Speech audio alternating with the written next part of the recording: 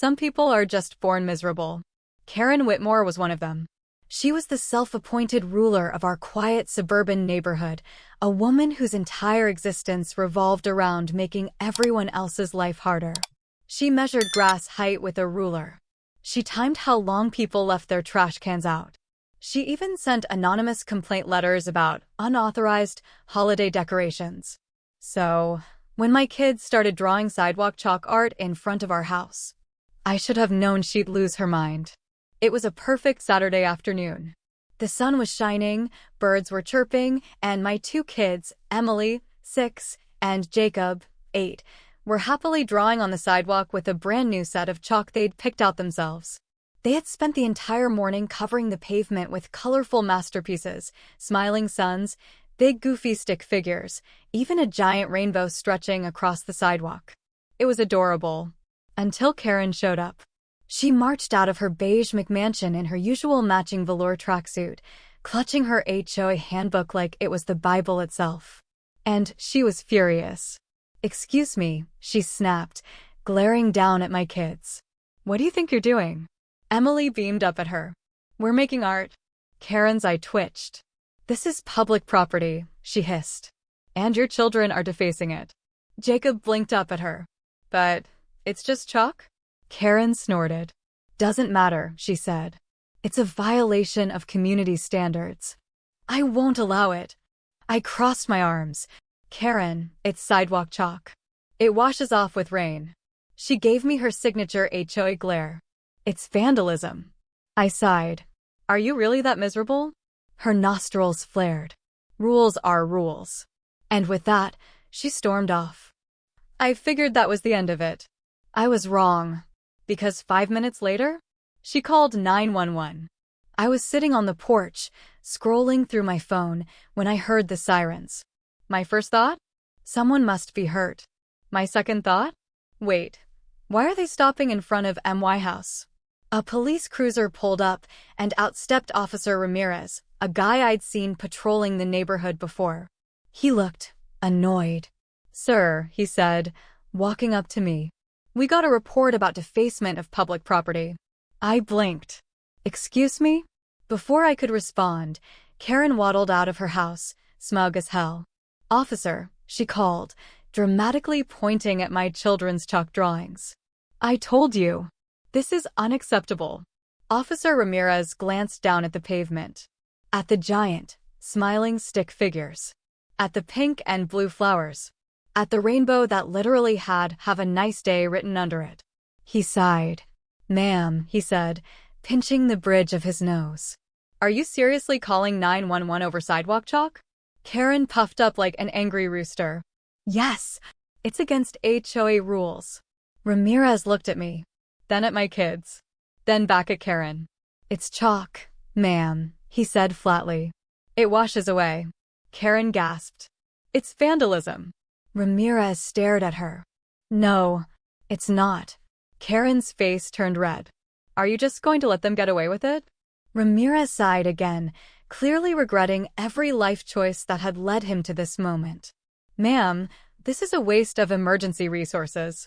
If you call 911 over chalk again, you could be fined for misuse of police services." Karen's jaw dropped. What? But it's against the rules." Ramirez turned to me, shook his head, and muttered, "Have a good day, sir." Then he got in his cruiser and drove off. Karen stood there, shaking with rage. But the real punishment was about to begin. By the time Karen stormed back inside, news of the chalk incident was already spreading. Tom, my next-door neighbor, came over laughing. "Dude," he said, "Karen actually called 911 over your kid's chalk?" "Oh yeah," I said. And Ramirez shut her down hard. Tom grinned. "This is going on Facebook." Within an hour, Karen was the most hated woman in the neighborhood. Someone posted a video of the cops arriving, captioned, "When HOA Karen loses her mind over sidewalk chalk." Another neighbor, Lisa, started a petition to allow sidewalk chalk as a protected form of community art. And my personal favorite? Someone printed out Karen's angry face and made a meme out of it. It spread fast. By the end of the day, the HOA president himself had to step in. The next morning, I woke up to an official-looking letter in my mailbox. It was from the HOA board. I opened it, expecting some ridiculous warning. Instead, it was a formal apology. Dear my name, we have received multiple complaints regarding an HOA member's recent actions against your family. We want to clarify that there is no rule against children using sidewalk chalk on public property. Additionally, we do not condone the misuse of emergency services for non-urgent matters. We appreciate your patience and apologize for any inconvenience caused. Sincerely, the HOA Board. Translation? Karen just embarrassed the entire HOA. And now, they were throwing her under the bus. At the next HOA meeting, Karen tried to defend herself. It's about community standards, she whined. If we allow chalk, what's next? Spray paint? Graffiti? Chaos? The HOA president cut her off. Karen, he said, exhausted, please stop talking. The entire room snickered. Karen's face turned purple. And then? Lisa stood up. I'd like to propose an amendment to the HOA rules, she said. Sidewalk chalk should be encouraged as a form of community expression. A loud cheer erupted. Karen? She stormed out of the meeting. And the vote? It passed. Now, not only was sidewalk chalk allowed, but the HOA had officially condemned Karen's actions. It was over. Karen had lost. And my kids? They spent the next weekend drawing a giant rainbow in front of Karen's house. After her humiliating HOA defeat, Karen did something strange. She went quiet. No more passive-aggressive emails. No more HOA complaint letters. No more threats about neighborhood standards. For a few days, it almost felt peaceful. Too peaceful. I had dealt with Karen before, and I knew she wasn't done yet. She was plotting something. And I was right. Because a week later, she struck again. It happened overnight. I woke up to a knock on my door, 6 a.m. It was my neighbor, Tom. And he looked pissed. Dude, he said, motioning for me to follow. You need to see this. I threw on a hoodie and stepped outside. And what I saw? I almost couldn't believe it. The entire sidewalk in front of my house was covered in black spray paint. And not just any spray paint. Karen had written, "No more chalk, HOA rules matter." Over, and over, and over. My jaw dropped. She had literally vandalized the sidewalk, the same thing she accused my kids of doing to make a point. Except this time, it wasn't chalk. It was permanent. I pulled out my phone and immediately called the police. Within 20 minutes, a squad car pulled up and outstepped Officer Ramirez, the same cop Karen had called over my kids' chalk. And when he saw the spray paint, his face lit up. You've gotta be kidding me, he muttered, rubbing his temples. I gestured to the mess. So, officer, would this be considered vandalism? Ramirez let out a slow, amused sigh. Yep. And the best part? I had security cameras. And Karen had been caught red-handed. I pulled up the footage on my phone. There she was at 2 a.m., sneaking out of her house in a hoodie and yoga pants, spray painting my sidewalk like a lunatic. Ramirez watched the whole thing, shaking his head. Well, he said, that's a clear case of criminal mischief. Translation? Karen had committed an actual crime, and she was about to face real consequences. 15 minutes later, another squad car rolled up, and Karen was dragged out of her house in handcuffs. Karen screamed the whole time. This is a setup, she shrieked. I was framed. Ramirez sighed. Ma'am, we have you on video. She froze. I waved at her, holding up my phone. Smile for the camera, Karen.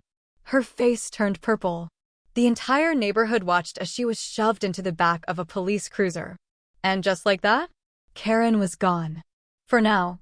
Within hours, Karen's mugshot was online. And the neighborhood Facebook page had a field day. So let me get this straight. She called the cops over chalk, then committed actual vandalism? Karen got arrested. I am living for this. Justice is sweet. Should we draw a giant chalk mural of Karen's mugshot? That last one? I made sure my kids did it. Right in front of her house. Because poetic justice is beautiful. By the end of the week, The HOA board held an emergency meeting. And the topic? Karen. The president, Alan, looked like he had aged 10 years from dealing with her nonsense. "We can't have an HOA member getting arrested for vandalism," he sighed. Lisa, the woman who had pushed for the sidewalk chalk rule, smirked. "So what are you saying?" Alan exhaled. "I'm saying, we're voting to remove Karen from the HOA board." The room erupted in cheers. And the vote? Unanimous. Karen was officially kicked out of the HOA. For good. The day after she got out of jail, Karen packed her bags. A "for sale" sign appeared in her yard. She was leaving the neighborhood. But before she left, she tried one last trick. A new anonymous letter showed up in my mailbox. Sloppy handwriting. No return address. But I knew exactly who wrote it. It read, "You think you've won? You think you're better than me? Enjoy your victory while you can, because karma always comes back." I stared at it. Then I burst out laughing. Karen was the only person in history to write a villain monologue before skipping town. But the truth? She lost. And she knew it. A month later, Karen was gone. No more drama. No more ridiculous HOA rules. No more 911 calls over chalk. The neighborhood thrived. People actually enjoyed their homes again. And me? I sat on my porch, watching my kids draw a giant, colorful masterpiece across the sidewalk. No Karen to complain. No HOA to stop them. Just happiness. And as I took a sip of my coffee, I realized something. I had one. For real this time. And it felt damn good. For a while, it was blissfully quiet. Karen had sold her house, left the neighborhood in disgrace, and was never heard from again. Or so I thought. One night, about 2 months after she moved, I was sitting on my porch, sipping a well-earned beer, when I noticed something strange. A car I didn't recognize, parked a few houses down. Nothing weird about that, except it had been there for 3 nights in a row. And every time I looked, the driver seemed to be watching my house. I couldn't see their face, but I had a sinking feeling in my gut. It couldn't be. There was no way. But deep down, I knew. Karen was back. The next morning, my neighbor Tom knocked on my door, looking serious. "Dude," he said, "I think someone was in my backyard last night." I frowned. "What?" "Yeah. I woke up this morning and my gate was open. Nothing stolen, but it felt weird." A chill ran down my spine. "Check your cameras," I said. 15 minutes later, we were watching the footage from his backyard security system. And there she was. Karen, creeping through his yard at 2 a.m. Wearing all black, peeking through windows, her hair a wild mess, like a villain in a bad horror movie. "What the hell is she doing?" Tom muttered. I had no idea. But I did know one thing. Karen wasn't just watching. She was planning something. The next HOA meeting was a week later. I wasn't even going to go. Until I got a mysterious email. From the HOA president, Alan. "Hey, my name. There's a situation I think you should see for yourself. Come to the meeting tonight. Trust me." My gut told me this was about Karen. So I went. And the moment I walked in, I knew I was right.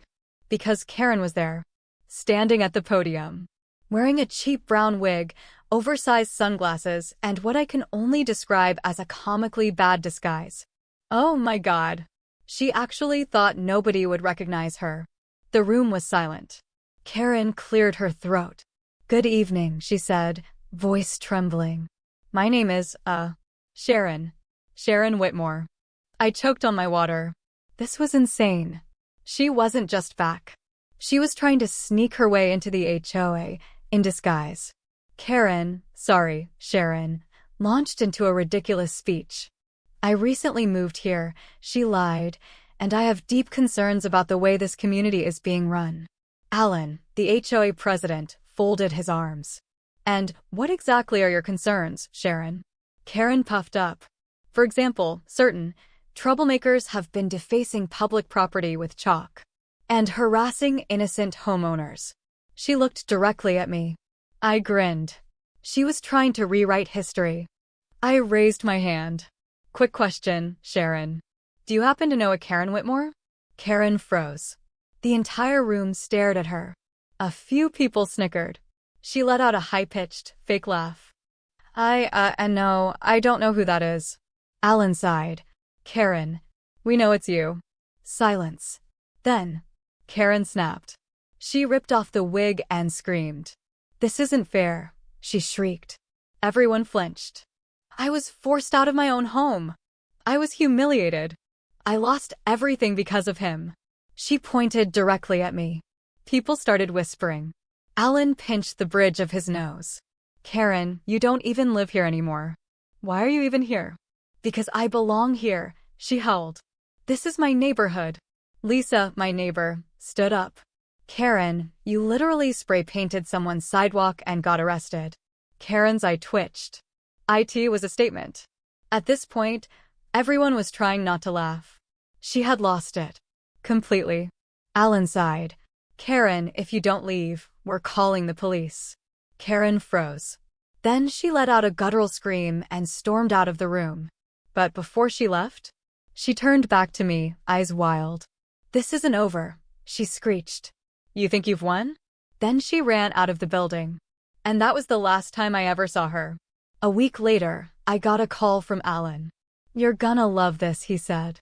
Karen had tried to move back into the neighborhood, but nobody would sell her a house. She had burned every bridge. Nobody wanted her here. Nobody wanted to deal with her. So she was gone. For good. And me? I sat on my porch, watching my kids draw a giant, colorful mural on the sidewalk. No Karen to complain. No HOA to stop them. Just peace. And as I sipped my beer, I realized something. Karen didn't just lose. She destroyed herself. And that was the best revenge of all. A month later, Tom stopped by with a small gift. It was a plaque. Engraved in gold letters, it read, "The Karen Slayer, Neighborhood Defender." I laughed so hard I almost cried. I hung it in my office. Because damn it, I earned that title. And if another Karen ever showed up, well, they'd know exactly who they were dealing with. Karen was gone, and for a while, life was peaceful. No HOA harassment. No absurd fines. No psychotic women screaming about sidewalk chalk. But then, a new neighbor moved in. His name was Richard Dawson. And within a week, we all realized something horrible. Richard wasn't just another homeowner. He was worse than Karen. Because Richard was a lawyer, and he had just been elected as the new HOA president. At first, Richard seemed harmless. He was polite. He smiled. He even introduced himself to the neighborhood with a friendly email.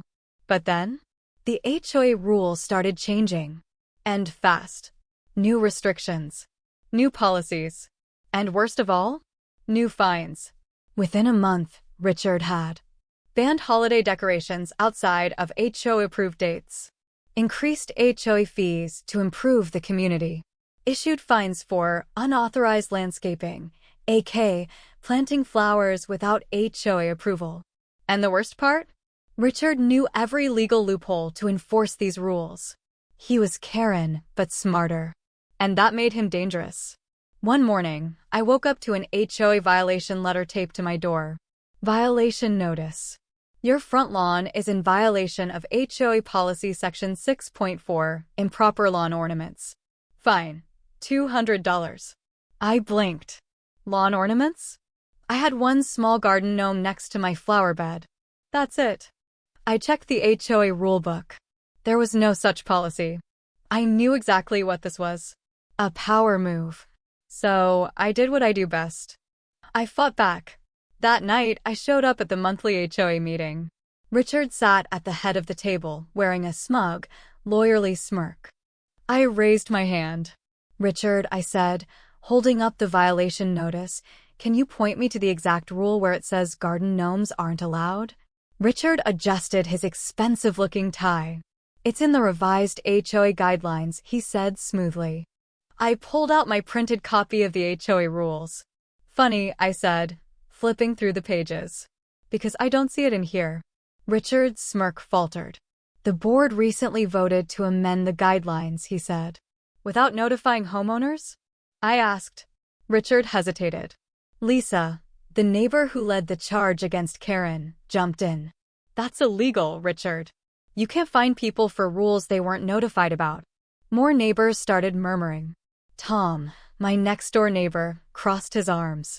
Sounds like a scam. Richard's face twitched. This meeting is adjourned, he snapped, grabbing his papers. And just like that, I had my first real enemy in the new HOA. Over the next month, things escalated. Richard hated being challenged, and since I had humiliated him in public, he made it personal. I started getting HOA violation letters constantly. Your trash cans were left out for 15 minutes too long. Fine, $75. Your car was parked slightly over the property line. Fine, $100. Your lawn is not an HOA-approved shade of green. Fine, $150. It was insanity. Richard was weaponizing the HOA to harass me, and I knew exactly what I had to do. I was going to take him down. Richard thought he was untouchable. He was wrong, because he underestimated the neighborhood. After a few weeks of his *T rules, people started turning against him. Lisa and Tom started gathering signatures to demand a full HOA vote to remove Richard. Other homeowners started challenging their fines, clogging up Richard's system with appeals and disputes. The final straw? Someone found out Richard was using HOA funds to pay for his own private landscaping service. And when that got out, the entire neighborhood exploded. The next HOA meeting was packed. Dozens of homeowners showed up, and everyone was furious. Richard tried to maintain control. Let's keep this civil, he said, his voice tight. Lisa stood up. No. Let's talk about how you've been stealing from us. Gasps. Richard turned pale. That's a misunderstanding. I stood, then explained these receipts.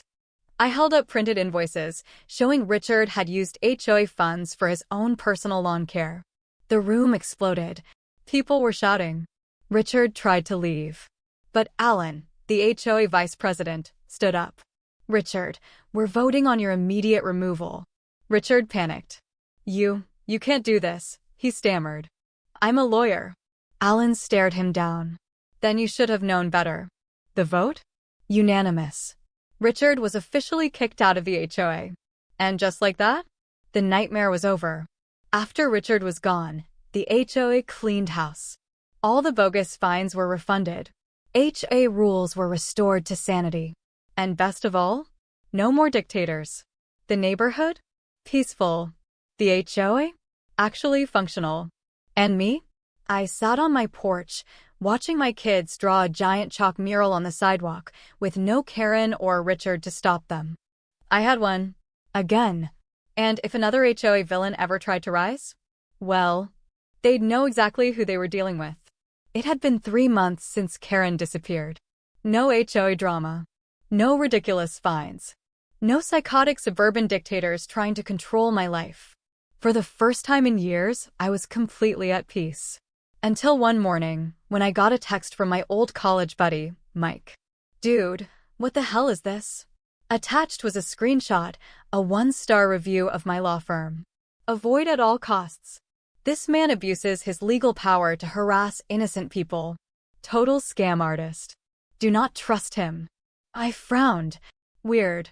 Then another text came in. Bro, your Google reviews are getting nuked. I opened my laptop, pulled up my firm's Google page, and my stomach dropped.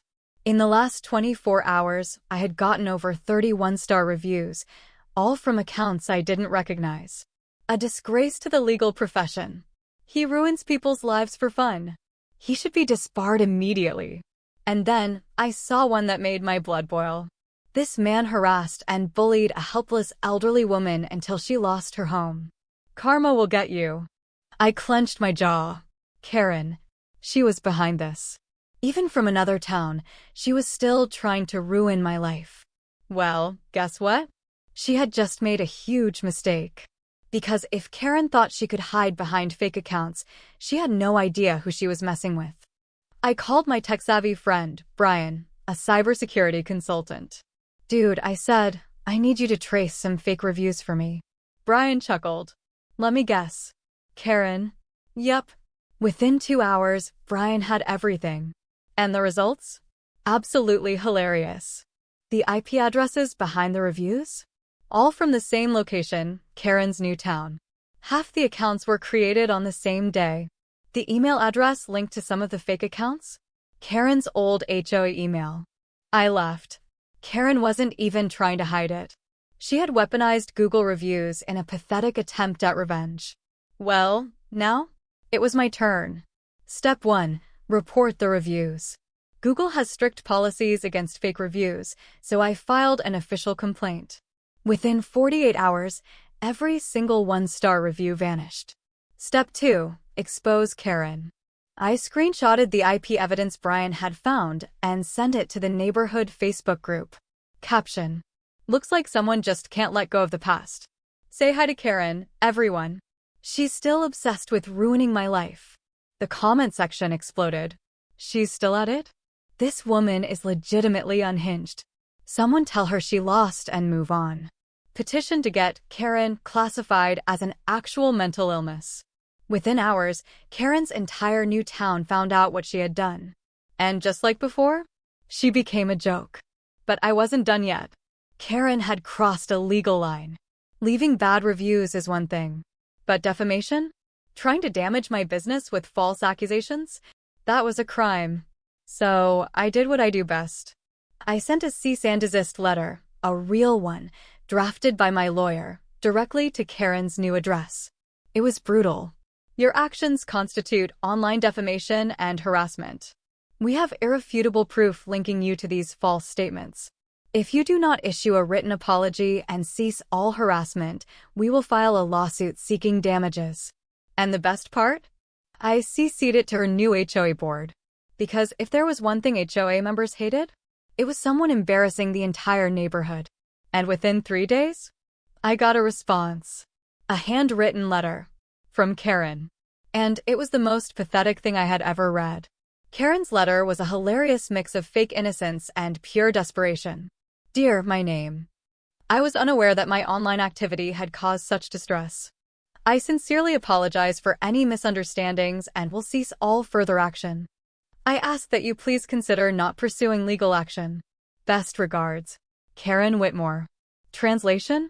Please don't sue me, I got caught. I showed the letter to my lawyer. You could still sue her, he said, smirking. She'd lose instantly. I thought about it. But then? I decided she had suffered enough. Karen had been exposed publicly again. Been humiliated in her new town. Been forced to grovel for forgiveness. I had one. Again. So I had my lawyer send a final response. Karen. Cease all further contact with me. If you ever attempt to harass me again, I will pursue legal action. This is your final warning. Stay gone. And with that, Karen disappeared. For real. No more fake reviews. No more insane schemes. No more HOA dictatorship fantasies. Just silence. And it was glorious. A month later, I got a knock on my door. It was Tom, my next-door neighbor. He was holding a brand new plaque.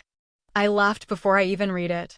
In gold lettering, it said, "The Karen Slayer, undefeated champion of the HOA wars." I cracked up. "You're never gonna let this go, huh?" I said. Tom grinned. "Dude, you defeated Karen twice. You deserve an award." I took the plaque, shaking my head. Then I hung it up. Because let's be real, I earned it. And if another Karen ever showed up, well, they'd know exactly who they were dealing with. I thought Karen was gone forever. She had been exposed, humiliated, kicked out of the HOA, forced to move, and legally threatened into silence.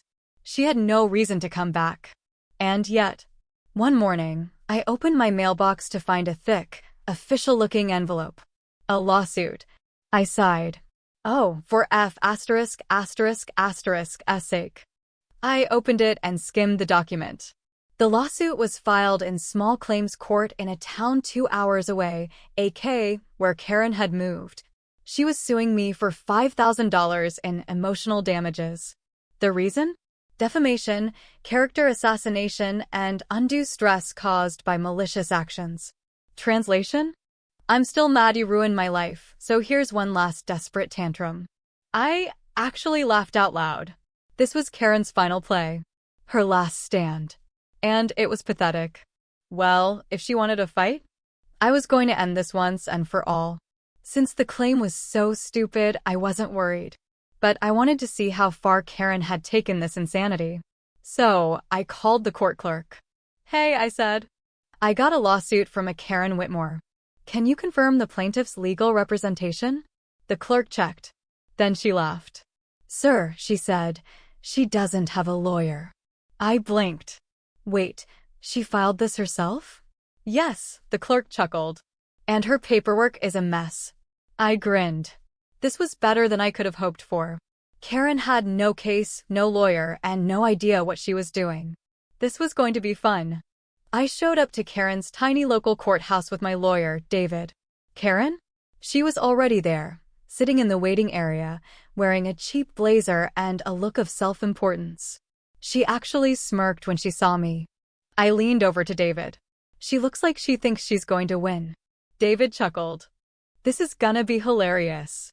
Then, a miracle happened. Karen stood up and started handing out business cards. To random people. I grabbed one. Karen Whitmore, paralegal and legal consultant. I choked on my laughter. She thinks she's a lawyer now? I whispered. David shook his head, grinning. Oh, this just keeps getting better. Karen had reinvented herself as a paralegal, which, knowing her, probably meant she took an online course for $19.99. And now? She thought she was qualified to beat me in court. Oh, Karen. Big mistake. We went inside, and the judge, a no-nonsense woman in her 60s, called us up. Karen marched to the front, standing way too proudly for someone who was about to get legally destroyed. The judge glanced at the papers. Then she frowned. Ms. Whitmore, she said, you're claiming the defendant caused you emotional distress through harassment and defamation. Can you provide evidence? Karen grinned. Yes, Your Honor. I have a detailed breakdown of all the ways he has attacked me. She slammed down a folder and started rambling. He spread lies about me on social media. He got me banned from my HOA. He ruined my reputation in 2 towns. The judge flipped through the folder. Then she sighed. Ms. Whitmore, she said, all of this is just printouts of Facebook comments. Karen beamed. Exactly. The judge pinched the bridge of her nose. Ms. Whitmore, she said slowly, do you understand what defamation is? Karen blinked. Yeah. It's when someone is mean to you in public. The entire courtroom snickered. Even the judge smirked. Ms. Whitmore, that is not the legal definition of defamation. Karen turned red. Well, he ruined my life, she shrieked. The judge turned to me. Mister, my last name, do you have a response? I stood. Yes, Your Honor. First, I have evidence that Karen was the one harassing me, including fake reviews and an attempt to damage my business. I handed over the cease and desist letter and screenshots. The judge glanced at them. Then she turned to Karen. Ms. Whitmore, she said, you are very lucky the defendant isn't countersuing you. Karen's face drained of color. She stammered. The judge wasn't done.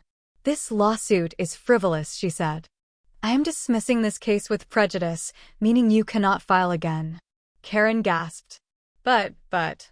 Ms. Whitmore, the judge said, sighing, stop wasting the court's time.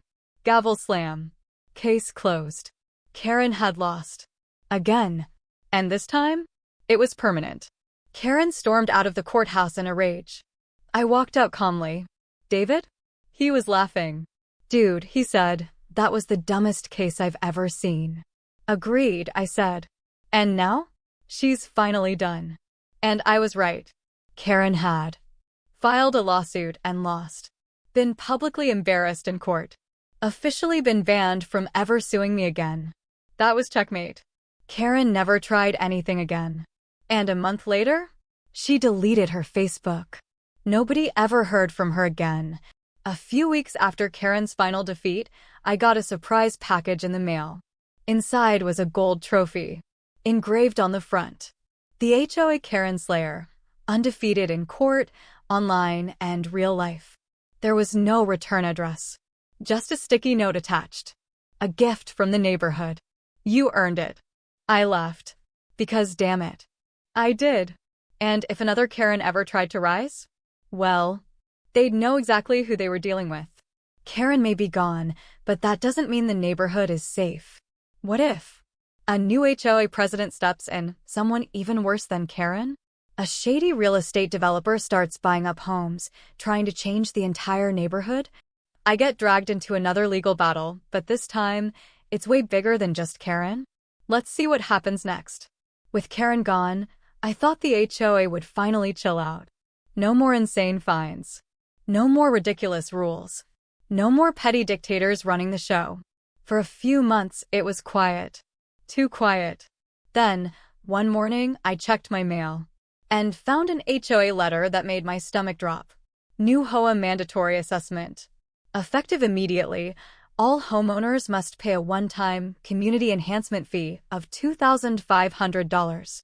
This fee is necessary to maintain and improve neighborhood standards. Failure to pay may result in HOA liens and legal action. I stared at the letter. Then I read it again. $2,500? I muttered. For what? Then I saw who signed it. Richard Dawson. The same corrupt HOA lawyer I had taken down months ago. He was back. And now? He was running the HOA. I stormed into the next HOA meeting with a printed copy of the letter. The room was packed. Everyone was furious. Richard, sitting at the head of the table, gave me his usual smug lawyer smile. Richard, I said, waving the letter, what the hell is this? He adjusted his tie. A necessary fee, he said smoothly. For the good of the community. Lisa, my neighbor, crossed her arms. Necessary for what? Richard leaned forward. Oh, you'll love this, he said. We're upgrading the HOA headquarters. The room exploded. Headquarters? Are you joking? What the hell do you need an office for? Richard held up his hands. It's for efficiency, he said. We need better HOA enforcement. A dedicated space for operations. I cut him off. Let me guess, I said. The headquarters is your house, isn't it? Richard's eye twitched. And that was all I needed to see. I went digging. And within 2 days, I found everything. Richard had manipulated the HOA vote to make himself president.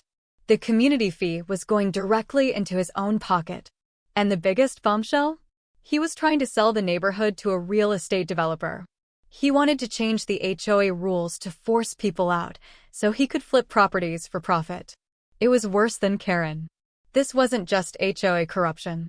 This was fraud. And Richard? Had just picked a fight with the wrong person. I rallied the neighborhood.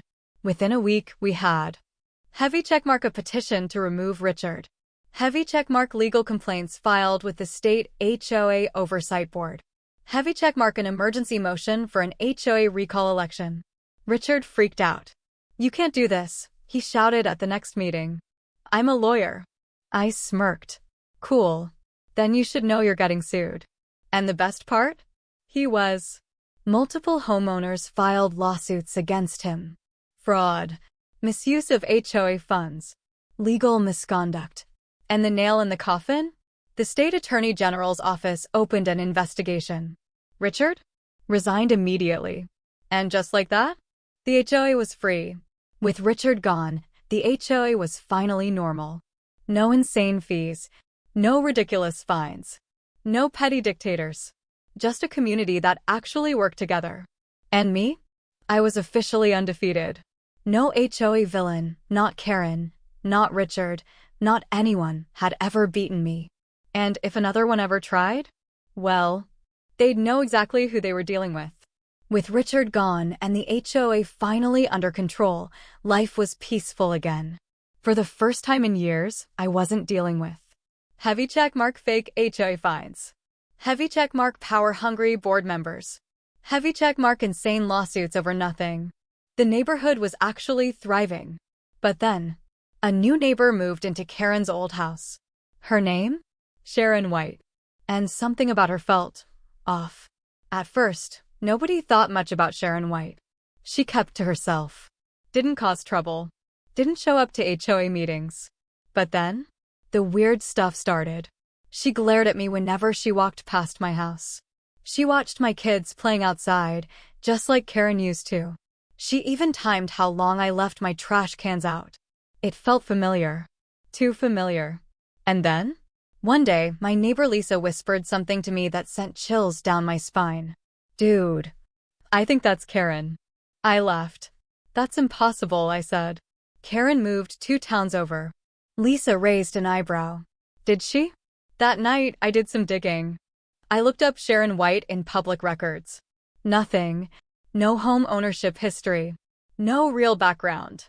But then, I cross-referenced her signature from some HOA paperwork. And my jaw dropped.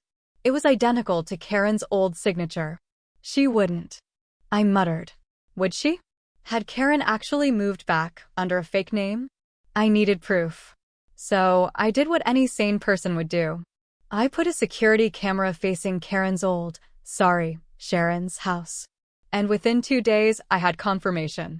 One night, I caught Sharon taking out the trash. Her wig slipped. And underneath was Karen's unmistakable, awful haircut. I burst out laughing. She actually thought she could fool the entire neighborhood by using a fake name and a $20 disguise. Karen was back.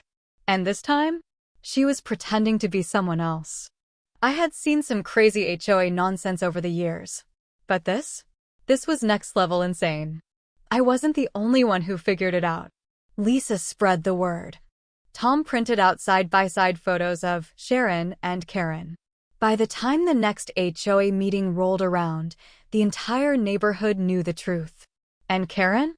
She showed up, wearing sunglasses. Indoors. I had to bite my lip to keep from laughing. Alan, the HOA president, cleared his throat. "All right," he said. "Let's begin." Lisa raised her hand. "Before we start," she said, "can we talk about the elephant in the room?" Sharon stiffened. Lisa smirked. "We all know Sharon White doesn't exist." Karen's mouth fell open. I don't know what you're talking about," she stammered. Lisa slammed a printed side-by-side comparison of Karen and Sharon onto the table. The entire room erupted. "Oh my God. This is insane. She really moved back in disguise?" Karen's eye twitched. "You can't prove anything," she snapped. I leaned forward, grinning. "Karen," I said, "we literally have security footage of you taking out the trash." Silence. Then, Tom said, "Take off the wig, Karen." Karen's face turned red. Then she screamed. "You can't do this to me again," she shrieked. The HOA president sighed. "Karen. My name is Sharon." Someone in the back snorted. Karen was shaking. "I will sue all of you," she howled. Alan crossed his arms. "Karen, you are illegally living under a false identity. You violated HOA agreements. And you've been harassing people again." He turned to the HOA board. "I moved to ban Karen from this neighborhood permanently." The vote? Unanimous. And just like that, Karen was banned. For real. Forever. This time, there were no loopholes. Karen refused to leave. For 2 days, she locked herself inside the house. But the problem? She wasn't the owner. She had been renting it under a fake identity. So, the actual owner evicted her. And when the cops arrived, she had one last meltdown. "I am a victim," she screamed as they dragged her away. The officer sighed. "Ma'am, you literally moved back in disguise. You are not a victim." And with that, Karen was gone. For real this time. A week later, I got a package in the mail. It was from Tom. Inside, a custom-made t-shirt. On the front, it said, "I survived HOA Karen twice." I laughed so hard I nearly cried. Karen had finally lost. Permanently. And if another HOA nightmare ever tried to rise?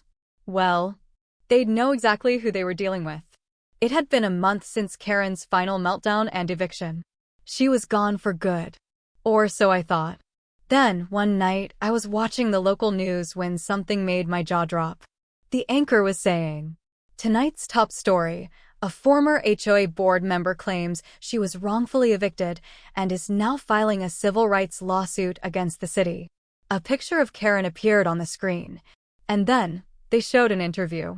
There she was, wearing an orange jumpsuit, sitting in county jail, and rambling like a lunatic. I was a victim, Karen screeched. They conspired against me. The HOA, the neighbors, the police, they destroyed my life. I burst out laughing. She was actually trying to sue the city from jail. And, even better, she had a new lawyer. And it was the worst possible person. The camera cut to a smug-looking man in a suit. My stomach dropped. It was Richard Dawson, the same corrupt HOA lawyer I had gotten removed months ago. The reporter asked, "So, Mr. Dawson, you're representing Ms. Whitmore?" Richard nodded, adjusting his expensive-looking tie. "Yes," he said smoothly. "Ms. Whitmore was unlawfully harassed, evicted under false pretenses, and subjected to neighborhood-wide discrimination. We will be seeking damages of $1.5 million. I nearly choked on my drink. $1.50 million? Karen wasn't just trying to sue the city. She was trying to get revenge on all of us again. And her snake of a lawyer was backing her up. Oh, hell no. By the next morning, the entire neighborhood was freaking out. Lisa, my neighbor, knocked on my door at 7 a.m. "Dude," she said, "Karen is actually trying to sue us from jail." I sighed. "Yeah. And guess who's helping her?" I showed her the screenshot of Richard. Lisa's jaw dropped. "Oh, come on." That night, the HOA held an emergency meeting. Alan, the HOA president, stood at the podium, looking exhausted. "All right," he said, rubbing his temples.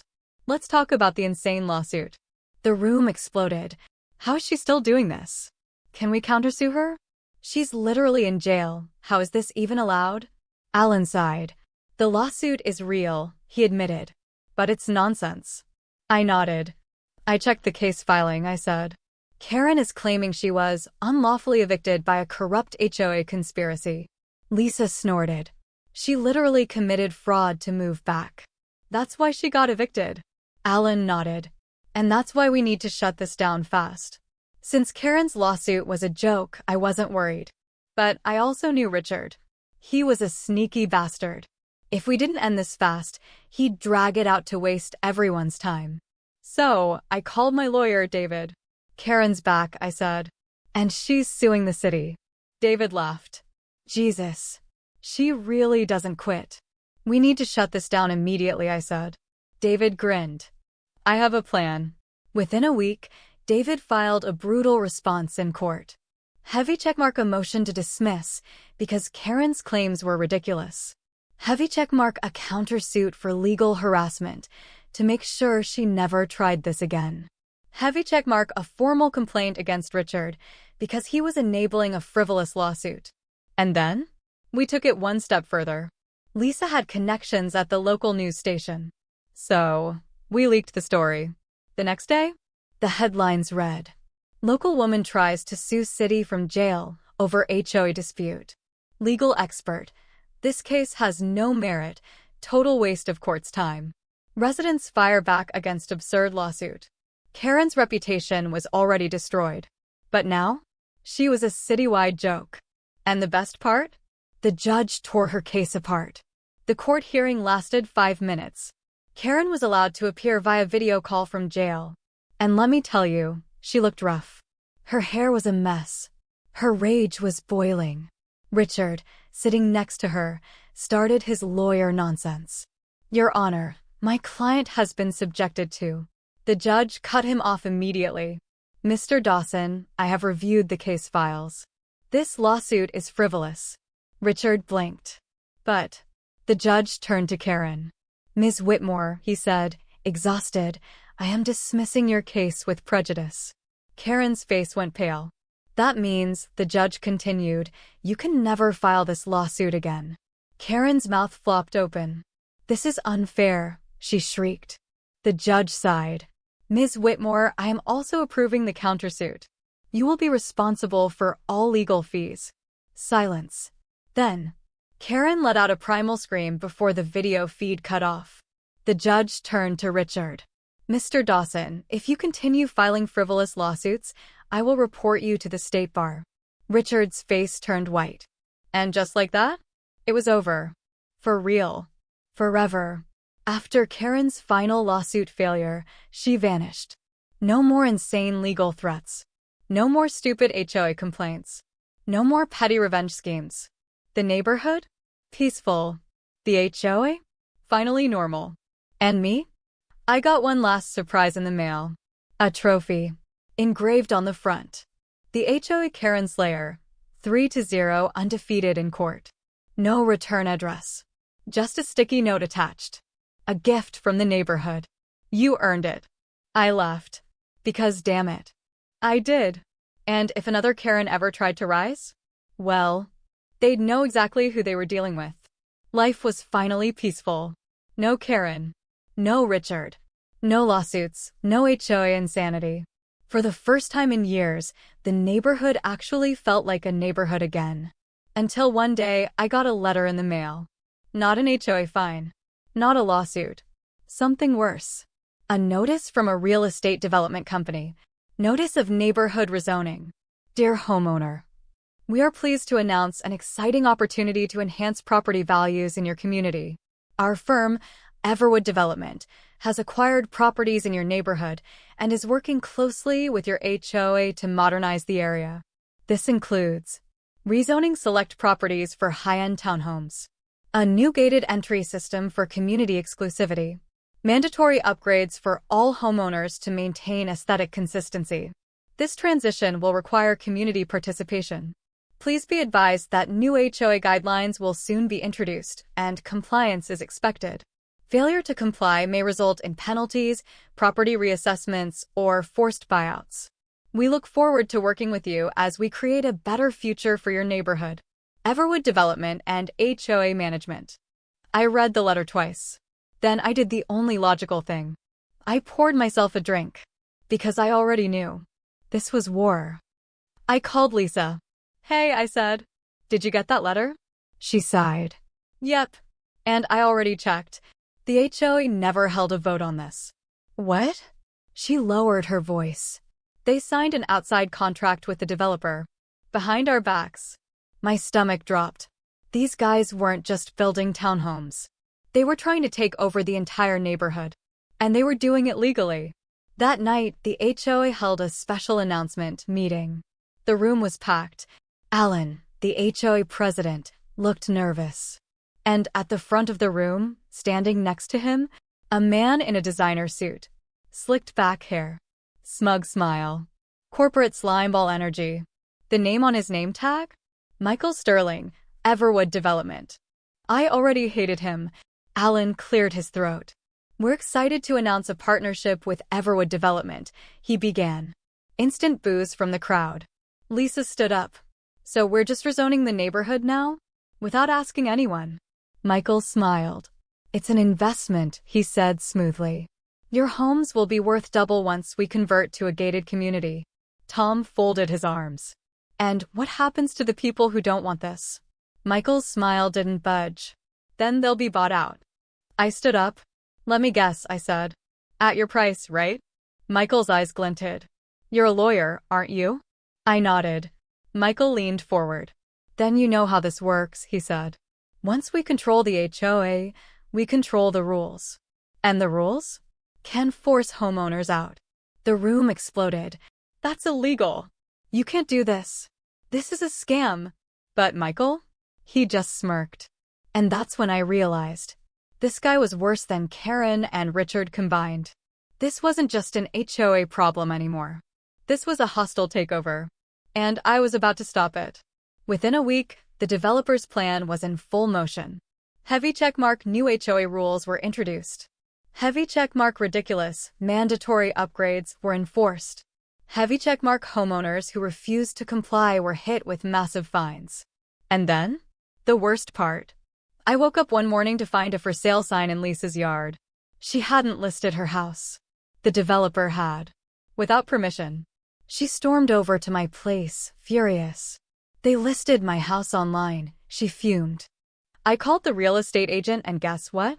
Everwood is claiming I'm interested in a sale. I clenched my jaw. They were using every trick in the book. Fake listings. Fake buyout offers. And now? Forced property sales. This wasn't an HOA war anymore. This was a corporate land grab. And I was going to burn it to the ground. I met with my lawyer, David. Everwood is trying to buy the neighborhood through HOA control, I explained. David nodded. Classic scam. They get homeowners to sell under pressure, then jack up prices for new buyers. So how do we stop them? I asked. David grinned. 2 ways, he said. 1. Prove the HOA contract with Everwood is fraudulent. 2. Turn the homeowners against them before they take over completely. I smiled. I like both of those plans. We went full attack mode. Heavy check mark. I filed a legal motion to void the Everwood contract, citing fraud and lack of homeowner approval. Heavy check mark. We exposed their fake property listings online, warning homeowners to not sign anything. Heavy check mark. We organized a counter-movement, a push to kick Everwood out before they got permanent control. And then? We took it one step further. Lisa's husband happened to be a local news anchor. By the next week? The headlines read, HOA corruption? Local community fights corporate takeover. Homeowners tricked into selling, developer under investigation. Is your neighborhood next? The exposure was brutal. And Everwood? They started to panic. A month later, the lawsuit went to court. Everwood tried to fight it. But the judge didn't buy their bullsh*t. Their fake property listings? Illegal. Their unauthorized HOA contract? Void. Their attempts to force homeowners out? Shut down immediately. Everwood lost. Badly. And the best part? Their CO resigned. Michael? Blacklisted from real estate development. And our neighborhood? Finally safe. With Everwood gone, the HOA actually functioned normally. No Karen. No Richard. No corporate land-grabbing scams. Just a peaceful, normal community. And me? I got one last trophy in the mail. The HOA Slayer, undefeated champion of homeowner rights. I laughed. Because damn it. I earned it. After years of HOA nightmares. Karen? Gone. Richard? Gone. The shady developer? Defeated. The neighborhood was finally at peace. No insane fines. No corrupt board members. No Karen-level stupidity. Just normal homeowners enjoying their homes without fear of dictatorship. And me? For the first time in years, I could finally relax. A week after the developer went down, my neighbor Tom knocked on my door. Dude, he said, handing me a package, we all pitched in to get you this. I raised an eyebrow. What is it? He grinned. Your official retirement gift. I opened the box. Inside was a custom metal plaque. In big, gold letters, it read, The HOA Slayer, undefeated champion of homeowner rights. Underneath in smaller print. Heavy checkmark defeated Karen, twice. Heavy checkmark took down Richard the corrupt lawyer. Heavy checkmark crushed a corporate developer scheme. Heavy checkmark won every single battle. I burst out laughing. Lisa, standing behind Tom, smirked. You earned it. I grinned. Damn right I did. I hung the plaque right in my office. Because after years of HOA wars, I was finally retired. And if another HOA villain ever tried to rise, well, they'd know exactly who they were dealing with.